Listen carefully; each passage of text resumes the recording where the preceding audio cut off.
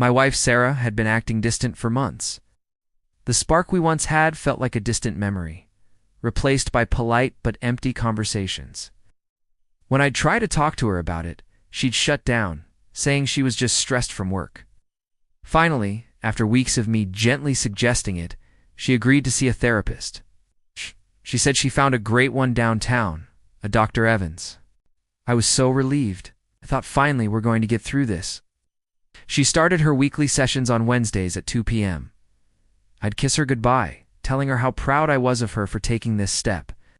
For the first month, things seemed to improve. She was a little more engaged, a little more like the woman I married. But then, the distance returned, even colder than before. She became glued to her phone, smiling at texts, but offering me nothing. A knot of suspicion started to form in my stomach, a feeling I hated but couldn't ignore. One Wednesday, that knot became unbearable. I told my boss I had a family emergency and left work early.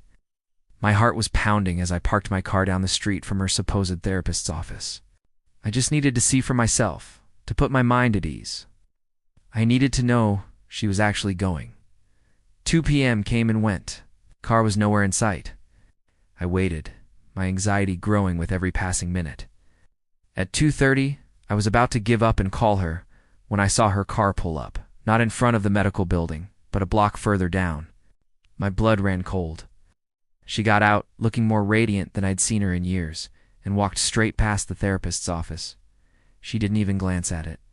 Instead, she entered a brand-new, ultra-modern luxury apartment building across the street, the kind of place with a doorman and a rooftop pool. I was completely frozen. What was she doing there? This wasn't therapy. I sat in my car for what felt like an eternity, my mind racing through 1,000 painful scenarios. A part of me wanted to storm in there and confront her. Another part wanted to just drive away and pretend I never saw anything. I couldn't move. An hour later, the front doors of the building opened. Sarah walked out, laughing, arm in arm with a man. He was tall, well-dressed, and he leaned in to kiss her. It wasn't a friendly peck on the cheek. It was a deep, passionate kiss that shattered my world into a million pieces. He waved as she got into her car and drove off. I followed her home in a daze, my hands shaking on the steering wheel. When I walked through the door, she was in the kitchen, humming as she unpacked groceries. She looked up and smiled at me. "Hey, honey, how was your day?" The normalcy of it was suffocating. I just looked at her, the image of her kissing that man burning behind my eyes.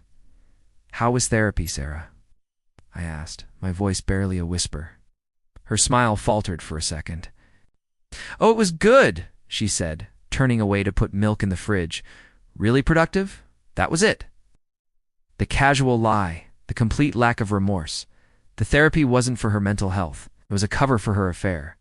The money we were supposed to be saving for our future was probably paying for her weekly escapes into another man's arms.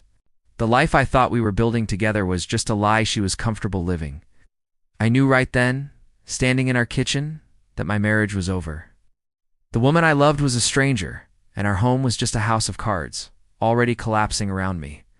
It's a hard pill to swallow, but sometimes the most painful truths are the ones that set you free. Thanks for listening to my story.